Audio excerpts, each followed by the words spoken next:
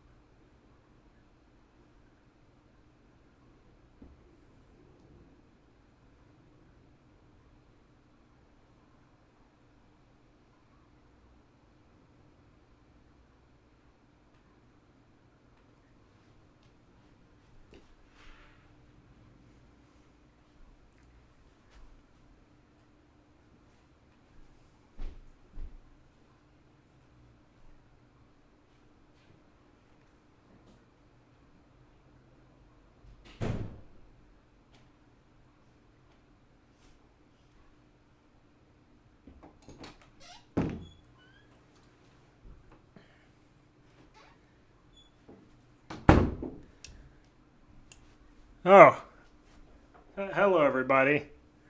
The man you saw on the computer must have been somebody else because clearly I came from this direction, which is, well, it's the exact opposite direction of that. So, I don't know who that was, but.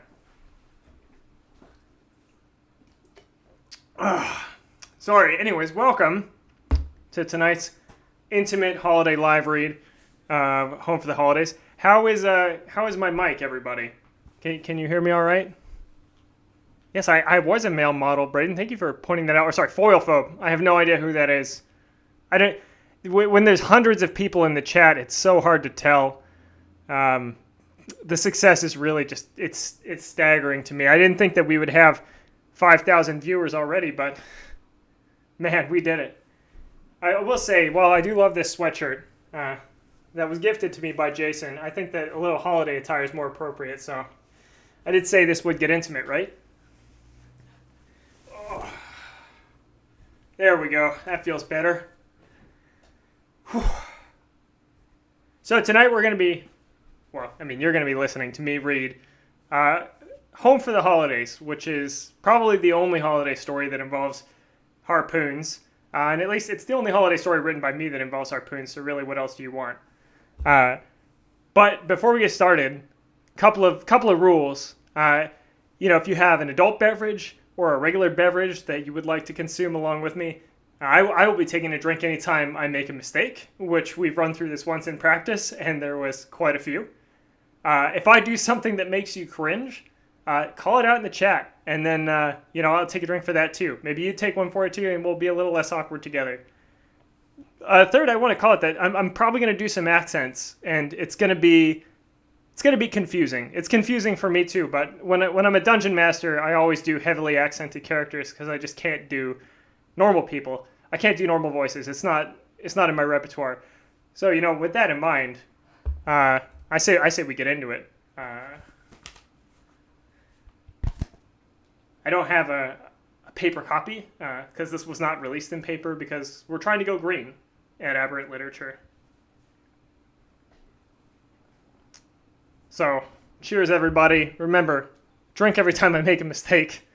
Anytime I do something that makes you cringe. Oh, and anytime the pets interrupt the stream, which I have a feeling might happen. And if you hear any sound effects in the background, that's the wonderful Kendall Daniels, my fiance, doing those for me. Lolo from Colo says cringe, cringe, cringe. Cringe, cringe, cringe, shots. All right, well, we haven't even started yet, but sure. Here, let me take a long pull of this Montucky here for you.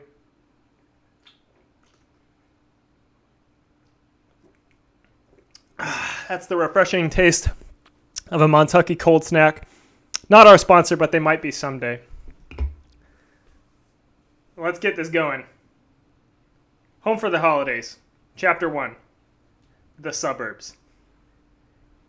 Snow fell in heavy flakes on the windshield of the beat-up sedan. You sure this thing is going to make it through the storm? Nick unscrewed the top of his silver flask and tried desperately to get a few more drops out of it. Somehow, on the 3-hour drive out of Midway, it had all disappeared. He wasn't sure, but he suspected some sort of water demon. Oh, there's a fuck up already, so let's... Cheers, everybody. We'll go back to it. We're 2 paragraphs in. That's the good stuff. Somehow, on the 3-hour drive out of Midway, it had all disappeared. He wasn't sure, but he suspected some sort of water demon might have had a claw in it. I've done this drive plenty of times, Nick. James's hands gripped the steering wheel calmly. The weak yellow cones of the headlights tried to cut a path through the snow, but barely illuminated 10 feet in front of them. The highway, usually bumper to bumper with traffic, was almost completely empty. Occasionally, they'd pass another vehicle, gathering snow after its owners had abandoned it, but no one else was fool enough to still be out. And I'm sorry for this, but it's just refreshing. You gotta do what you gotta do. Maybe we should turn back to Midway, get ourselves a couple of handles, and spend the night drinking every time we see a snowflake. Nick shook the flask violently, rattling the metal stopper. I could have sworn there was more of this. That's another one. You drank it before we even hit the on-ramp. I believe your words were, how fast do you think I can drink this flask? All right, I get it. Nick tossed the empty flask to the floor. Why would anyone want to live out here anyway? Parkview is a nice place for those who don't like the hustle and bustle. Quite a few murders for the burbs, if I remember right. That was over 20 years ago, and I'll remind you, you begged me to come. Nick sighed and slumped into the seat. Only because you said there would be free food. I don't know if you've seen the financials lately, but after the Cerberus and the sewers, no one is jumping to hire us. It had been a damned good fight, but Public Works hadn't been happy about the mess. Something about spit roasting a hellish dog filled with explosives over the third rail of a subway really chaffed public servants. Becoming an enemy of the government employee... Oh, there's another one. Gosh, geez, you guys. Salute. Becoming an enemy of government employees was never the right way to drum up business. Fucking unions, Nick muttered. I don't think it was the unions. Maybe if you hadn't pumped it full of thermite right next to a gas main, the explosion would have been smaller.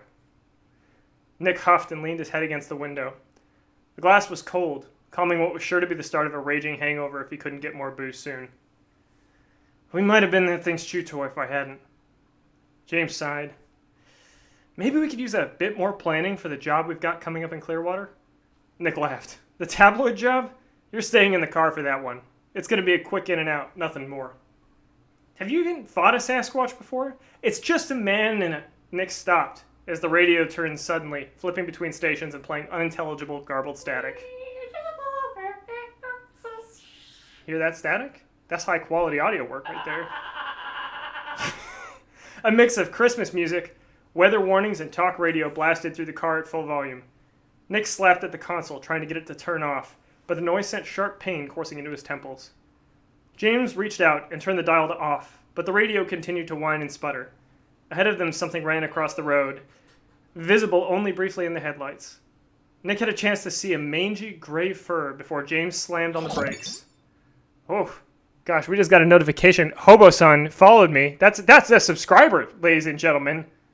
Ignore the story for a minute. Wow. That's number 3. That's... Hey, cheers, buddy. Cheers, Hobo-san, who's definitely not my brother.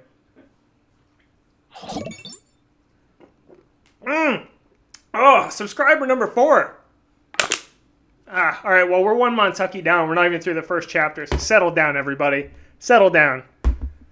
Now this, I'm sorry, we'll get back to the story in a minute. This beer is from my good friend Foilphobe. It's because he's afraid of foil, that's his name. But it's from Sasquatch Brewing Company. It'll be quite delicious. Oh, yeah. Nice. Very nice. James reached out and turned the dial to off, but the radio continued to whine and sputter. Ahead of them, something ran across the road, visible only briefly in the headlights. Nick had a chance to see mangy gray fur before James slammed on the brakes.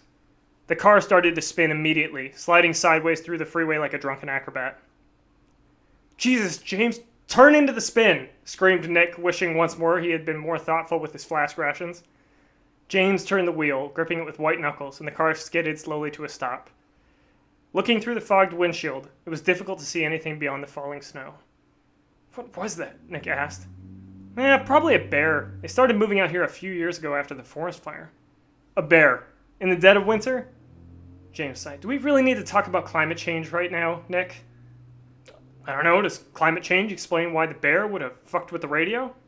Nick reached into the back seat and pulled out a thick, leather-bound tome. He always carried it with him, despite protestations from James that monsters don't live in the suburbs. He'll learn, thought Nick, and began flipping through the tome's pages.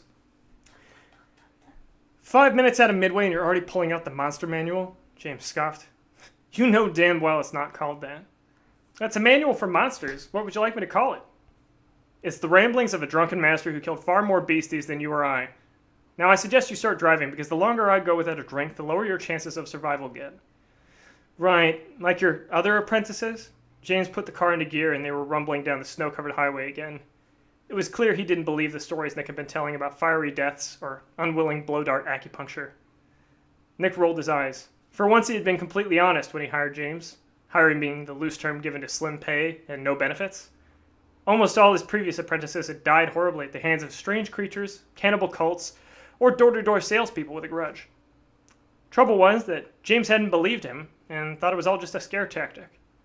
It didn't help that the confrontation with the Cerberus had given him far too much confidence for his own good. James continued guiding them on their already harrowing journey to suburbia. Meanwhile, Nick read through the passages of his master's book, looking for creatures that lived in cold climates. There were far too many for an expeditious search. It seemed the old fool had cataloged everything, even a yeti, a creature most believed to be extinct. Finally, after looking specifically for entries tagged with "found in urban areas," Nick came upon the Wendigo. The beast was originally of Native American origin, but in the modern world had become more of a general horror. Nick read on. Here comes an accent, folks. Buckle up. Wendigos are one of the trickiest beasts for a hunter to encounter. While I am fairly certain I have never run across one, there is no way to be sure, as Wendigo are well versed in psychic warfare. When they aren't roaming the forest looking for fresh prey, they can disguise themselves in human form. James pulled off the highway and onto a street lined with identical houses. To differentiate themselves, the various owners had littered the outside with colored lights. Nick looked out the window and saw an inflatable Santa Claus rocking back and forth in the strong winds. Why did it have to be the suburbs? Shut up and enjoy it. A wide grin was plastered across James's face. Nick was distracted by his puzzlement. In their brief time together, James had been nothing more than a dour, sarcastic ass. How was the kid not panicking about the creature or the radio? Nick shook his head and continued reading. What's worse, Wendigos are so persuasive in their appearance that they can force false memories on their prey. Nick stopped as a few pieces clicked together. Hey, James, how did you say you know these people again? James laughed. They're my family, Nick. Well, not blood-related, but they were around all the time when I was a kid, you know? The kind of people you call aunt and uncle, even though they're not. Nick didn't have the slightest idea what the hell James was talking about. Holiday cheer at the Ventnor household was found at the bottom of a candy cane stuffed rum bottle. Between that and reruns of the same 15 movies on television, the holidays passed in a fuzzy blur. But you're not blood-related. Interesting. Nick turned back to the book. What are you even reading about in there? Probably nothing. Don't worry about it. The entry didn't say anything about radio frequencies or messing with electronics, but Nick supposed with a psychic being that wouldn't be too far off the mark. How much farther? 5 minutes. Enjoy the view. Isn't this kind of nice? Yeah, sure, kid. This is nice. The words tasted like vomit, likely because they were barely holding back vomit. Somehow, over the course of their drive, the holiday lights had grown more prevalent. Oh, a great snack has followed us. Wow. Cheers, a great snack. Why, thank you. Oh, spilled a little bit of that precious beer. It's a good thing that this microphone is propped up by spare copies of Whiteout. I don't know if you've heard of it.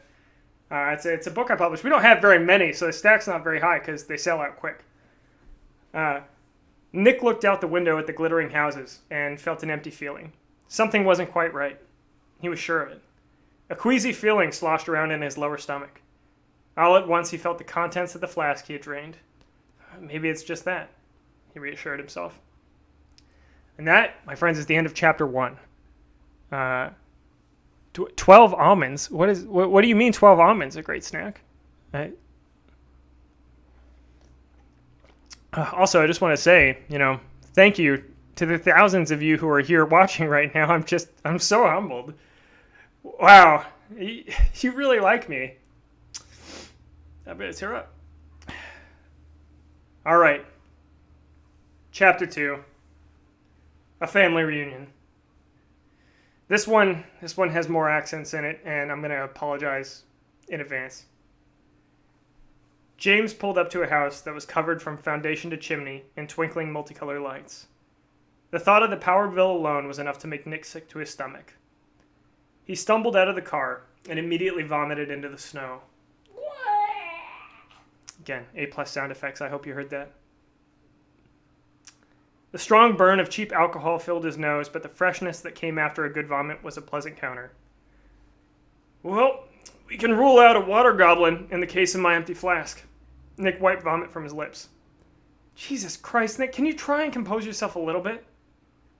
That was the idea. The horrible stink of bile filled his nostrils, and he ate a handful of snow to wash it all away. If he were to continue drinking in any capacity, he needed to taper off, and vomiting was the fastest way there. Nick stamped his feet and flexed his hands, measuring his new level of sobriety. Satisfied. Oh. That's a mess up, folks. I hope you have your beverages at home. That is a nice beer. Thank you, Foil Foam. All right. Nick stamped his feet and flexed his hands, measuring his new level of sobriety. Satisfied, he straightened up and tried to put on his best impression of a smile. All right, let's go meet these people who are definitely your family. James shook his head. I knew this was a mistake. He turned away and walked up the short path to the front door. Trying to be clandestine, Nick snuck around the back of the car and opened the trunk. From inside, he pulled out a small, collapsible harpoon rifle, a set of knives, and a flash grenade. The rifle was compact enough to fit in an insert he had cut into his winter jacket years ago, and he concealed it there. The grenade went in a pocket, and he put the knives in various uncomfortable positions around the rest of his body. I think we all know where. It was a routine he was used to, and had saved his life countless times. You coming? Called James from the porch. Nick looked longingly at a pile of holy symbols heaped toward the back of the trunk and reluctantly shut it. Yep, sorry, almost forgot my book. He grabbed the tome off the passenger's seat and hurried to catch up with James, nearly slipping on ice in the process. He shuddered to think where one of the knives might have gone if he had. You're not really bringing that thing, are you?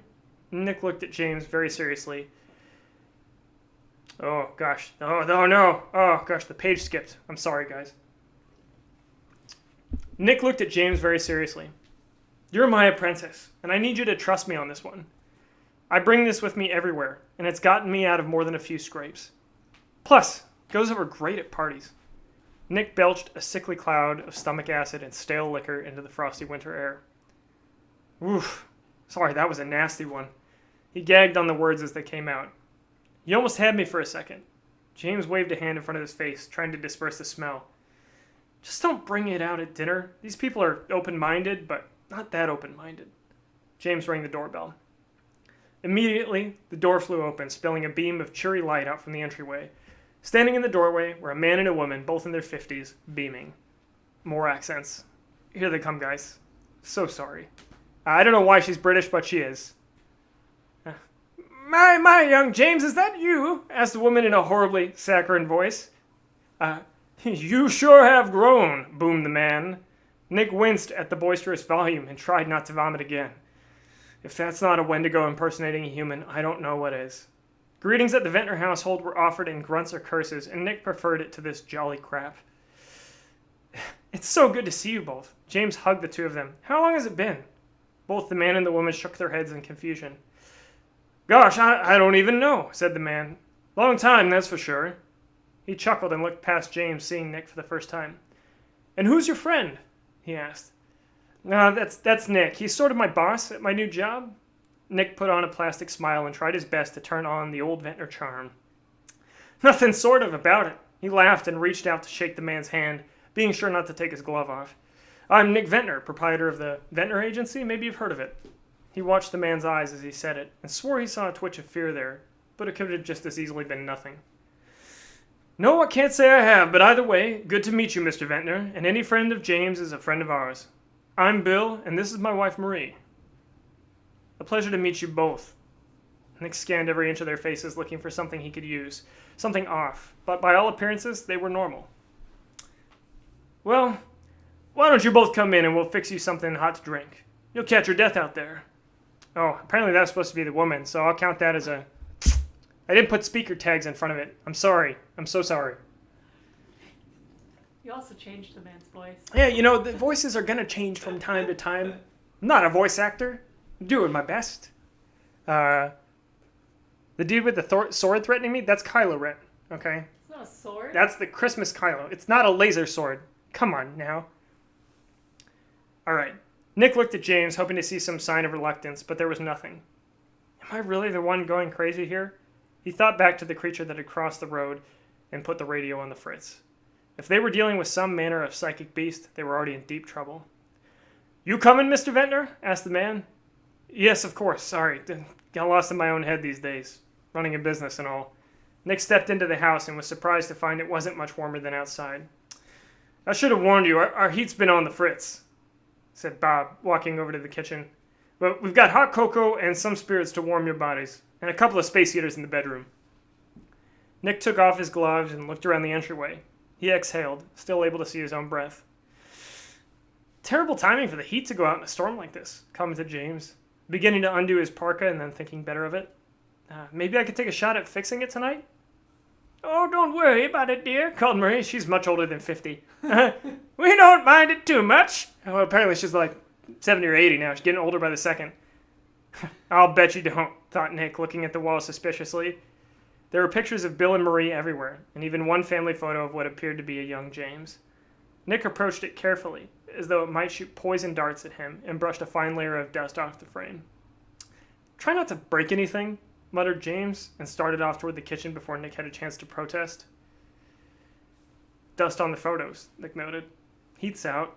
James hasn't heard from them in a long time. It was all adding up to a suspicious amount of evidence against the allegedly perfect family that had been presented before them. Can't let my guard down. Need to be careful. Nick walked down a darkened hallway, away from the kitchen. A voice stopped him dead in his tracks. Looking for the bathroom? Nick spun around violently, reaching for the knife he had concealed in his waistline. When he was halfway through the turn, he saw Bill, smiling at him from the entryway, holding 2 steaming mugs. Nick's heart hammered in his chest, beating a crazy drumbeat that no number of drugs could make danceable. Bit jumpy, are you? Asked Bill. Nick took a deep breath, removing the tension from his muscles one by one. I'm sorry, it's just... You're feeling a bit hungover? A wry smile crept across Bill's face. Nick's eyes widened. Don't be embarrassed. We saw you puking out front. Figured you might need a little hair of the dog to get you through it. He held out a cup. It's rum with a splash of hot cocoa. Nice and warm to get us through this absolutely miserable storm. Nick reached out and took the cup, sniffing at it experimentally. His eyes watered from the steam. Overpowered by urges, Nick sipped at the liquid and felt fire run past his tongue and down the back of his throat. He exhaled, blowing a large cloud of mist. Holy shit. Damn right, that's the good stuff. Bill took a sip of his own. Now, I know you must feel like a stranger here, but James told us you don't have anywhere else to be for the holidays. You're welcome with us, and you're not imposing. Nick didn't like the sound of that. It sounded warm, fuzzy, and foreign. I don't. Or you can think of it as a place where you can get blind drunk in a corner. Hell, that's what I plan on doing. Bill handed up the cup to his lips and drank deeply, draining what was left of it. I'll fix us another cup. That is the end of chapter 2. Anybody have any awkward points? I mean, I'm going to drink anyway, so it doesn't really matter, but...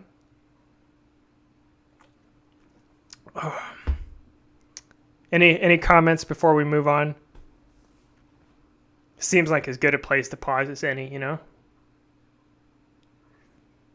Well, I'm overwhelmed by the amount of chat that's happening right now, and I can't actually see any of the questions, so I'm going to move on and assume that what I'm doing is perfect. So.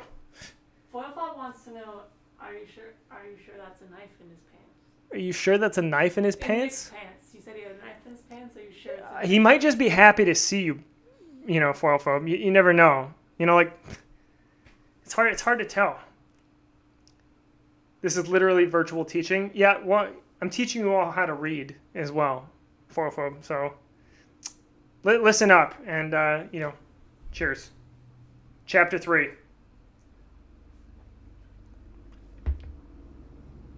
By the way, I think there's like 5 chapters here. So we're about like a little bit under halfway. So like, buckle in, strap in, whatever. Chapter 3. A few more cups. Nick was drunker than he had been in a long time. One of his least favorite parts of lacking income was the inability to get good and truly tossed without a fair share of guilt. Oh, here comes another burp. That was a tiny one. It was a little baby burp. Sharing booze with family, he had no such obligation. From the moment Bill had handed him his first cup, Nick had taken on a singular goal. Forget any misgivings and possibly the rest of the evening. Luckily for him, it turned out Bill and Marie could really throw them back. What started as a quick game of cards with several convoluted drinking rules he couldn't remember quickly transformed into a straight drinking contest. The alcohol turned on him before he even noticed, and the room took on the pulsating, spinning blur quality that only existed on the other side of the shit-faced line. As he sat back in a plush armchair, there wasn't much else in the world he cared about beyond himself. His fingertips were numb, but there was a fresh cup of something brain-smashing between them. Was there anything else that mattered? An instinct, more than anything, tilted his head to look at James. The kid was curled up under an electric blanket, brooding. His eyes flicked watchfully between the 3 of them, and Nick felt he was missing something important. When he couldn't figure it out, Marie took notice and prodded. What's going on, James? Don't want to join in all the festivities? James worked his hands trying to keep the cold out of him. I just realized I didn't do her voice. I'm so sorry, everybody. You missed out on that British, Lolo says the sound effects are fire. So. It actually means lit. Oh, lit. I mean, well, this stream is lit, of course. It was actually a good reminder that I'm supposed to be doing sound effects. I forgot. Sorry, my sound effect technician is slacking. Nick looked at him quizzically. Years ago, he had implemented a simple rule. No stopping for apprentices. They hadn't stopped for burgers any more than they had traveled through a magical candy cane village. Nick sipped his drink. Candy canes. That's what this is made of. Where's the bathroom again? Asked James. His face looked gaunt in the dim light of the living room. Be it imaginary burgers or moodiness, something was wrong with the kid. Even Nick could see it. A flashbulb went off in the corner of his mind, showing a mess of fur in the snow, but it was gone too quickly to grasp fully. Suspicion crept back into Nick's booze-addled brain. He couldn't figure out why, but it was getting stronger every second. Just down the hall on the first floor. Can't miss it. Bill pointed in the direction Nick had been exploring earlier. Thanks. Hopefully it's just indigestion. James slunk off in the direction of the bathroom, looking more melancholy than food sick. He's a good kid, you know. Nick's words were thick and dripping from his mouth like a decadent sauce. Always does, Nick faltered. Mostly does what he's told. One of the better apprentices I've ever had. James was many things, but he wasn't a liar. Nick knew there was something to the burger comment, but in his current state of half-awareness, he was having more than a little trouble connecting the dots. Bill's eyes narrowed. Do they have apprentices in accounting now? Nick hiccuped, only half realizing his mistake. Oh, yes, accounting. Loads of numbers. We have to get them all figured out somehow, don't we? The room was starting to spin in earnest. Why was that happening? Nick's stomach flipped, and he felt the horrible rush of peppermint hell fuel bubbling up in his throat. Oh, God, will you excuse me? He took off running for the bathroom. For the love of God, James, I hope you... His sentence was cut off by vomit spewing forth from him like a vengeful internal volcano. Yeah, that's exactly what it sounded like. Go full Cockney next time. Alright, I will, Brayden. I'll go full Cockney for you. You're covering your face. Oh, I'm sorry. You guys can't see my face. Depriving you of the best part of this stream. Okay. A great pain had come barreling back from the corner of consciousness he tried to banish. Oh, God, don't get sober on me now, slurred Nick, trying to convince his own brain. James stepped out of the bathroom. I wouldn't worry about the floor. His tone was dead and flat. Oh, come on now. I'm not going to be a rude house guest. It's a bit late for that. Why are you being so pissy? Aren't we having a good time? For someone with so many rules, you don't seem to pay much attention to them. James pulled a shotgun from behind his back and pumped it, loading a shell. What the fuck? Nick backed up, away, reflexively, and tried to pull the harpoon gun from his jacket. A switch snagged and the weapon extended, pushing through his coat pocket and sending a harpoon flying into the ceiling. Plaster rained down, mixing with Nick's vomit on the floor and forming a gray-brown slurry. Oh, God, I'll pay for that too, but in fairness, you did pull a gun on me. I'm not pulling it on you, idiot. Nick shook his head. Wait, then who's it for? Is Bill a hunter? Bill and Marie have been sober for over a decade. James held up Nick's tome. You dog-eared the page. Turns out much like you, Wendigos like their liquor. Wendigo what? A roar cut through the house, and all at once the lights went out. Terrifying. Bone-chilling. You just had to make a scene, didn't you? James turned on the flashlight attached to the end of the shotgun. And to think you didn't want me to spring for the extra tactical gear. Hey, who's the apprentice and who's the... A clawed hand caught Nick from behind. Cheers. A clawed hand caught Nick from behind and threw him in the air. He collided with the ceiling, missing the embedded harpoon by inches. The concealed rifle tore the rest of the way through his jacket and clattered down the hallway. Nick landed in a squelching pile of his own sick, and the smell almost made him vomit again. Thunder roared through the entryway as James fired the shotgun. Pew, pew, pew, pew! Roaring thunder. Pellets of bright white fire spread out in a cone, briefly illuminating Bill, whose eyes glowed red in the darkened house. The pellets ripped through his skin, starting little fires wherever they touched and spraying brown-black ichor onto the floor. Nick rolled to his side and watched as Bill batted at the fire, his skin tearing where it had touched. From somewhere beneath the human formerly known as Bill, a larger creature began to emerge. His bones creaked, growing and pushing against the taut cover of skin. Fur sprouted in ugly patches, tearing and rending his human form, and a horrible crunching filled the room as two bloody elk horns extended from the man's skull. Shit's getting real, you guys. Shit's getting real. Ah! Screamed Nick. James, it's a Krampus! It's not a Krampus, dumbass! James fired another blast from the shotgun. This creature screamed and turned away. With a single hulking blow, it ran through the front door, sending the weak wooden rectangle flying off into the snowstorm. Before James could get another shot off, it was out of range and lumbering through the storm. It's not? Nick asked, watching the door resentfully. I've always wanted to fight a Krampus. James held up the tome again. Wendigo, remember? He shook the book like somebody would shake keys for a small toddler. Nick vomited again. Oh, right. Of course, the Wendigo. He wiped his mouth. Well, either way, that leaves us with a pretty significant problem. What's that? Well, you've pissed one of them off, but where's his dear partner? End of chapter 3. I know, guys. It's getting heated. Jason would like your yells to be more aggressive to scare the neighbors. Excellent note, thank you, Jason. We do live in a townhouse, so they are right behind this wall. They're probably listening. They got a cup. They got a cup to the wall. I'm pretty sure. What is that? A $500 donation? Gosh, you guys have been. I wasn't asking for it, but wow, unreal. Also, okay, a great snack. I'm pretty sure Icor is pronounced Icor. It's not Iker. Either that or it can go both ways. I feel like a great snack has to be Connor. A great snack is Connor. Okay. It is Connor. I'm calling him out. Oh gosh, I'm so sorry. Chapter 4. To Catch a Wendigo. James kept watch with the shotgun while Nick washed his face off with icy water from the sink.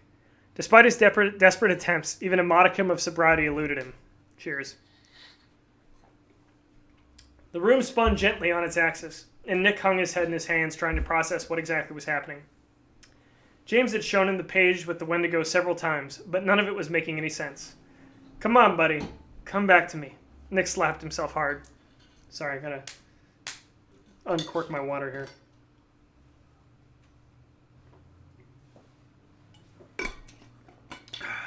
Also, Icore sounds like a weird brand of Twitch stream for people who are really into eyes. Come on, buddy. Come back to me. Nick slapped himself hard. Who are you talking to? My brain. Nick tried to focus. He remembered the creature from the car again and the radio going all static. Ha! He exclaimed. I was right. Yes, now quiet down. We need to get a weapon of some type. The other one's coming and we gotta find it before it causes more damage. I had a weapon. Nick pointed to the harpoon lodged in the ceiling. Then, fishing around in his waistband, grabbed one of the many knives he had concealed. Got a few of them, because I knew I was right. James rolled his eyes. We need to find the other one? Find the other one, asked Nick. We need to get the fuck out of here. These are psychic beings, extremely dangerous. He's turning a little bit Irish. And more importantly, no one is paying us to take them out. Really? You're going to bring up pay at a time like this? Don't tell me you're on about holiday charity. Is there a better way to bring up pay? If we start killing beasties for free, we're going to be on Goodwill. Oh, gosh. If we start killing beasties for free, we're going to be full on Goodwill on an otherwise empty stomach. Nick felt his guts slosh at the mention and decided to leave them out of future invectives. That's my family, Nick. They were your family, James. I'm sorry. Even as he said it, he knew he had been too harsh. A tear welled in James's eye, but he blinked it back. You're an asshole. You do know that, right? He moved out of the bathroom, swinging the shotgun's tactical light back and forth. Believe me, I know. Being an asshole was a basic requirement in his trade. Nick stepped forward and picked up the spent harpoon gun on the ground. Carefully, he tucked it under one arm, then pried the harpoon out of the ceiling, sending more plaster to the floor. How is that thing still in working order? Old Faithful will be around long after you're dead. Nick patted the gun and jammed the harpoon back in the barrel. It clicked into place, and gas hissed as the pressure chamber filled. This will finish what your pea shooter started. James scoffed. Wendigos hate fire, you ass. This is going to do. A roar from outside cut them off. You ready for this? Asked Nick. Not really. Yeah, me neither. Nick pushed the harpoon gun against his shoulder and ran out the open door. The wind whipped through his clothes, immediately bringing a bitter chill, and the closest thing he could find to a hangover cure. Snow continued to fall in heavy flakes, making even the neighboring houses seem like ghostly lights floating in a white fog. Why hasn't anyone called the police? Asked James. My guess is they can't even hear what's happening right now. There were a myriad of reasons Nick hated fighting psychic beings, but altered reality was near the top. He swung the harpoon gun around, looking in the snow for any sign of either creature, but found nothing. 2 red lights near the top of the house shone brighter than the rest and caught Nick's attention. Despite the snowflakes between them, the red light did not waver, and in fact seemed perfectly clear. James, there, Nick whispered and motioned slightly with his gun. On the roof. I don't think it's Rudolph. James looked up just in time to see the creature shake off a fine coat of snow. The wounds from his initial shot were still there, but if they had impeded the creature at all, it didn't show. Lightning flashed through the snowstorm and briefly illuminated its horrifying silhouette. Grisly fur ran down its shoulders, ending abruptly at its midsection where bones that might have been ribs stuck out at odd angles. The red glow came from deep within empty eye sockets just beneath its deadly horns. As the lightning died away, the creature let out another deafening roar. The light attached to the end of James's shotgun, and all the lights in the neighborhood flickered. No need to shout, called Nick. He pointed his harpoon gun to the left of the creature and without much thought pulled the trigger. Wind caught the projectile almost immediately, curving the harpoon through the air. There was a moment where he thought he had calculated the trajectory perfectly, but it took a further bend and buried itself in a shingle. Cheers, everybody. Sorry, James. Really thought I had that one figured out. He went over the mental math he had done, realized there was none, and wished he had more harpoons. There was a small stash in the back of the trunk, but by the time he had it open, they'd be long dead. The creature made a sound like barking laughter. Nick staggered back. Shit, I really thought that would work. James pointed his shotgun at the creature. Don't worry, Nick. This'll finish what your pea shooter started. Come and get a taste, you bargain bin zombie reindeer-looking fuck. The Wendigo's rotten face split into a grin as it took a step forward, preparing to leap. Unfortunately for it, the tile Nick had hit... Oh my god. Unfortunately for it, the tile Nick had hit split right down the middle and the roof. Right, tongue twisters for myself, guys.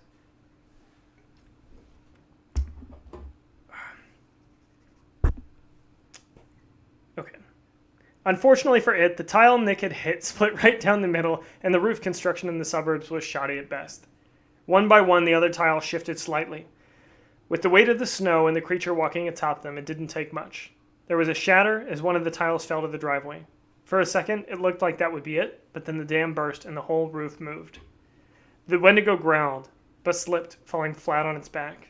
It slid down the side of the roof with the rest of the tiles. On the way, it caught blinking lights that had been so painstakingly affixed to the edge of the house. Falling fast, it was unable to free itself and the strands tangled with its massive form. It cried out in surprise and frustration, but at the same moment went over the edge. Some of the light strands broke, exposing ancient wires that had no business being in service, but others held, wrapping around its neck. That was clever, breathed Nick, watching the creature struggle with its brand new holiday death trap. As it tried to escape, arcs of electricity shot across its body in lazy sputters. Wherever the light touched, small fires sprang up and the creature's skin split. They quickly spread until the Wendigo was engulfed in a festive conflagration. The smell of roasting meat wafted on the wind. The Wendigo struggled against its bonds, screaming but unable to do anything other than writhe. Both Nick and James stared up at the house in disbelief. That worked? Asked James. The Wendigo gave a final kick and fell still, smoldering. Next door, a portly man stepped onto his porch, illuminated as a silhouette from the warm light within. Hot damn, Bill! I'm not sure what you're cooking, but we better get some of the leftovers tomorrow. I don't know what that is, but I like that voice. He chuckled heartily and shut the door. Fucking suburbs. Nick wiped sweat from his brow and tried not to vomit. Yeah, I'm starting to agree with you. James was about to lower his shotgun when an anguished roar came from inside the house. Ladies and gentlemen, Kendall Daniels. Wow. Unreal. One down, Nick spat in the snow. There's more harpoons in the trunk. Alright, guys. So I think this is the last chapter. I could be wrong. I'm pretty sure chapter 5 is the last one. So, before we continue, a little bit of hydration for all my hydro homies out there.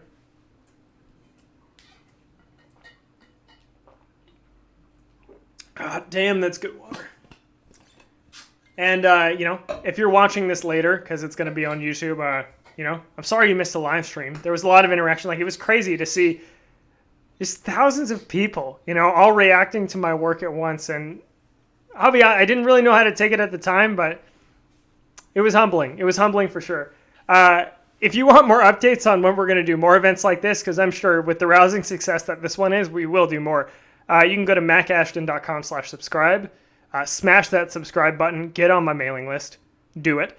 And if you want signed copies of books, unfortunately not this one, because this is a mailing list exclusive, you can go to macashton.com/shop.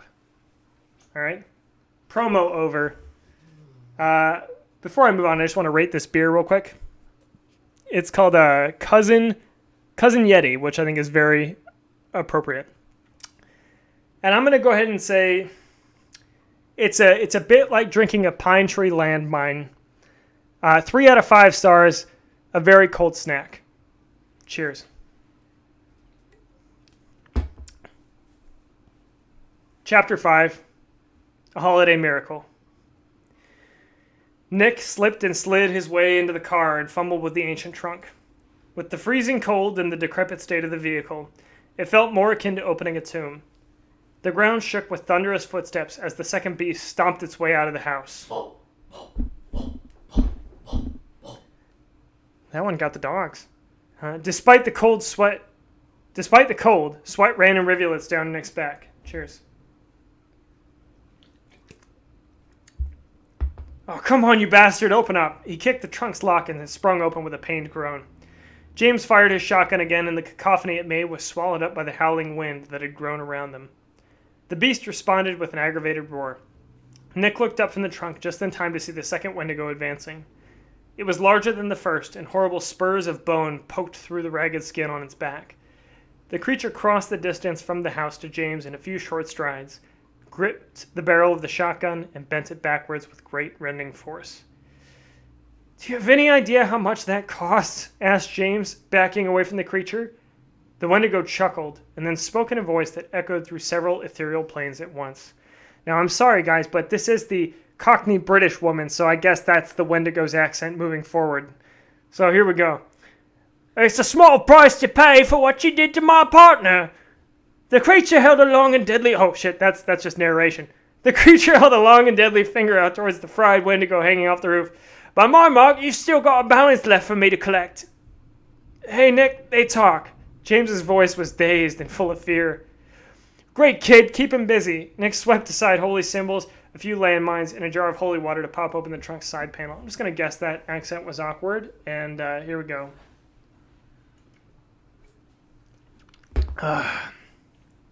Harpoons spilled out, clattering far louder than he would have liked. He picked one up, hands shaking, and tried to jam it in the barrel. Of all the fucking times to get the shakes, he slammed his hand down on the metal sliding out of the car, trying to beat the tremor out.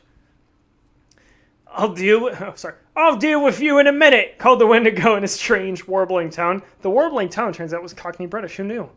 Only foil folk knew. Each word vibrated the edges of Nick's skull, making it feel as though they could crack at any moment. He peeked out from behind the trunk and saw James firmly in the creature's grasp, growing paler by the moment. The Wendigo looked at James, curious, like a dog about to rip a chew toy to shreds. Nick clenched his fist, trying to keep it steady, and jammed a harpoon in the barrel of the rifle. There was a hiss of gas filling the firing chamber, and he breathed a brief sigh of relief. Side note, I'm just assuming that's how harpoon guns work. I have no fucking idea. I've never held a harpoon gun, but I just thought, why not? The Wendigo made a strange, high-pitched whistle that carried through the wind as if it weren't there. "Hey, can you keep it down?" shouted Nick. "You'll wake the neighbors, and I have a raging hangover." He shouldered the harpoon rifle and pointed it at the creature. The Wendigo turned to him. "Really? Can't wait your turn?" It flung James without ceremony into the garage door where it crumpled, motionless. Nick took a deep breath, steadying the rifle as the Wendigo approached. The creature cocked its head inquisitively, as if it weren't staring down the barrel of a weapon. It took a few more lumbering steps, and Nick could wait no longer. He closed his finger around the trigger and let the harpoon fly. With the short distance, it had less time to curve and struck right between the creature's ribs. Commas are important, kids. Use them, I use them sparingly, maybe a little too sparingly. The Wendigo growled, low and angry. Then it reached a hand down and plucked the harpoon out. Black blood oozed from the wound, but otherwise seemed unaffected. The creature chuckled. I thought I asked you to wait. Nick bent down to pick up another harpoon, but the Wendigo moved with surprising speed. By the time his fingers were closing around the shaft, it had him. A cold, clawed hand wrapped around his chest and squeezed, pushing all the air out of his lungs. Holiday stars danced at the edges of his vision, twirling and spinning in a dazzling display of fading consciousness. The Wendigo turned him so that Nick was looking at the still smoldering corpse of the other beast. Any idea how long we've been together? Asked the Wendigo in a deep, gravelly voice that was Cockney. Nick tried to answer, but nothing more than a wheeze came out. It was rhetorical. I come from a long line of creatures just like me, and we all grow up knowing your name. You think we look scary. Imagine what our people think of you. The creature spat a black gob of something awful into the snow. Thank you, managed Nick, seeing spots jump before his eyes. Flattered, very flattered. James groaned in the snow, trying to make his way over to them. Don't even think about it, child. Try to relax. It'll all be over soon. A black tunnel closed in on the edges of Nick's vision, chasing the features of the snowy world around him away. Oh no, you're not getting off that easy. The Wendigo loosened its grip, allowing sweet oxygen to flood Nick's lungs. 5 pages, Nick panted. 5 pages of Henry's sacred tome, and never once did he mention Wendigos love goddamn monologuing. The creature clucked its tongue and turned Nick to face it. The stink of decay and rot was overpowering, and Nick watched as a maggot circled the inside of the beast's eye. You don't like creatures like me, do you? The Wendigo's voice was soft and almost playful, with a bit of Cockney to it. No shit, Sherlock. I don't have to be a psychic being to figure that out. Nick tried to look away from the rotting face, but the Wendigo's grip was firm. Let's take a look at what we have in store for you, then. The creature's eyes glowed hot like fire. James found his feet and ran towards the Wendigo, knife in one hand. With a lazy sweep, the creature batted him away and sent him crashing into the car. Please stop trying to do that. You got lucky with my partner. James moaned and then fell still. The Wendigo huffed. Now, back to business. The glow in its eyes grew to a fiery deep red, and Nick felt it burning into his own gaze. It was a strange feeling, like a hot poker had been shoved in the back of his brain. He could feel something reaching backward, through memories, and then forward through substance he couldn't quite understand. An image of a mountaintop covered in blood flashed before his eyes. Liquid dripped down the pristine white slopes, carving deep red trenches down its side. The image changed, and he was sitting in his childhood body, hiding underneath the table while a thunderous shouting match played out overhead. He could feel the fear as if it were happening in the present moment, rather than a memory. The scene shifted a final time, filling the air with hot, sickly stink of the jungle. Insects buzzed around, and his skin felt like it was on fire. That, kids, is what we call foreshadowing. There's foreshadowing, these books right here. You know, just a quick plug. My, the Wendigo exhaled heavily, breathing the cold fury of a winter storm back into Nick's world. Disappointment and malice flickered across the creature's face, vying for dominance. What the hell was that? Gasped Nick, his heart pounding furiously. I'm in a bit of a quandary here, Mr. Ventnor. While killing you would bring me boundless joy, your future holds so much pain. It would be a shame to rob you of it. I feel like this is sounding like Scrooge from Christmas Carol. The Wendigo's body shuddered as it took a contemplative breath. Get it over with. Nick spat bile and blood into the snow. A decision like this requires deliberation. The red glow in the Wendigo's eyes darkened. The horrible stench of its breath enveloped every word. No, I think you should live, Mr. Ventnor. The words clearly caused the creature great pain. You will live to experience the horrors I have just seen. Well, I wish I could say that was true for both of us. The Wendigo recoiled as James pushed the barrel of a pistol against the back of its neck. Stronger than he looks, commented Nick, and shut his eyes tight. And I always pack a spare. James couldn't help but grin. Bend this. He pulled the trigger, spewing red-hot fire and a thermite-loaded hollow-point slug from the end of the pistol's barrel. The Wendigo's surprise quickly turned to pain as skin melted away, exploding outward. Fire and blood coated the fresh white snow. Nick felt the creature's claw loosen just as warm goo blanketed him in an all-too-familiar, unpleasant fashion. He fell backward, landing hard on the driveway. The wind went out of him. Stars flashed in the darkness of his closed eyes, but they quickly faded as he regained his breath. With a freezing hand, he wiped the gore from his face and opened his eyes. The body of the headless Wendigo toppled backward and caught fire like a tinderbox. Soon it was blazing on the front lawn like an ancient bonfire. Nick coughed and spluttered, wanting nothing more than to be curled up with a fresh handle back in his flat watching television reruns. Bend this? Really? He managed through labored breaths. James wiped bits of Wendigo off the end of his pistol with a dirty rag. It's a work in process. Clearly an early prototype and a rip-off of the Matrix. Screw off, Nick. Show a little gratitude. Next door, the neighbor's front door opened again. What the hell, Bill? You can't barbecue on the... The man stopped mid-sentence. Staring at the carnage with both Wendigos dead, there was nothing preventing him from seeing it all. Oh God, there's a typo in here. Oh my gosh. I'm so sorry. One corpse still smoldered, hanging from the roof, and the other decorated the lawn in horrifying globs and bits. He started and faltered. Martha, call the police! He slammed the front door. That's our cue. Next up, James, get the car running. James looked at the car and to the mess on the front lawn. All right, probably smart. Both men did their best to clean off what they could, but the second they climbed into the sedan, it was clear some smells would never leave. James turned the key, and the engine guttered to life. Small miracles, he said. This is why we never do charity work. In the absence of immediate pressing danger, a furious pain returned to Nick's temples. Let's head back to my flat. See, we've each earned a bottle after this. James looked out the window as they backed away. Childhood memories of the house and time spent with his aunt and uncle flooded back. Yeah, bottle sounds nice. He stepped on the gas and they sped out of the suburbs.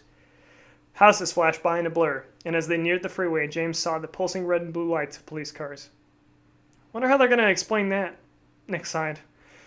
Oh, they'll find a way. He put his head against the cold window. Mutated bears from a nuclear test site? That's my bet. James scoffed. You really think they'll buy that? People will believe anything to avoid a scarier truth. Nick watched the flakes fall out of the sky and thought about what the Wendigo had seen. Enough pain to let me live. Only one way to chase off a prophecy like that. James, let's get a road beer along the way. The haven has to be open. James shook his head. Whatever you say, master. There was a heavy sarcasm, but also obedience in the words. Despite his best efforts, the apprentice was learning. Wake me when we get there. Nick shut his eyes. Sure thing. And James, Nick started falling into sleep mid-sentence. Happy holidays. There you go. Wants a shout out. What? Jared wants a shout out. Jared wants a shout out. Oh my God. Shout out to Jared. Number one fan.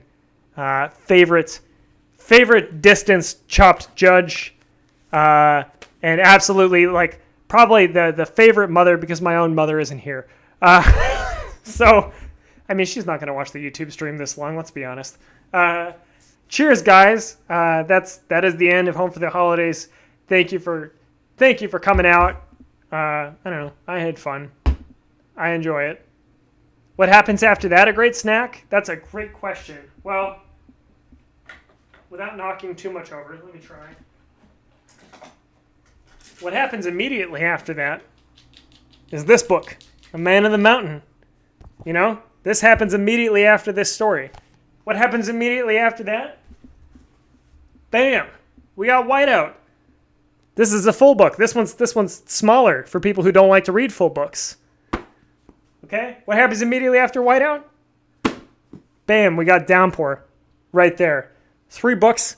I sell them in a box set on my site, or you can just buy them on Amazon or wherever you buy books. Thank you for coming out. Really means a lot. Happy holidays, everybody. Let's get the elevator music going again, because I was enjoying it. Oh wait, that's not elevator music. Jeez Louise.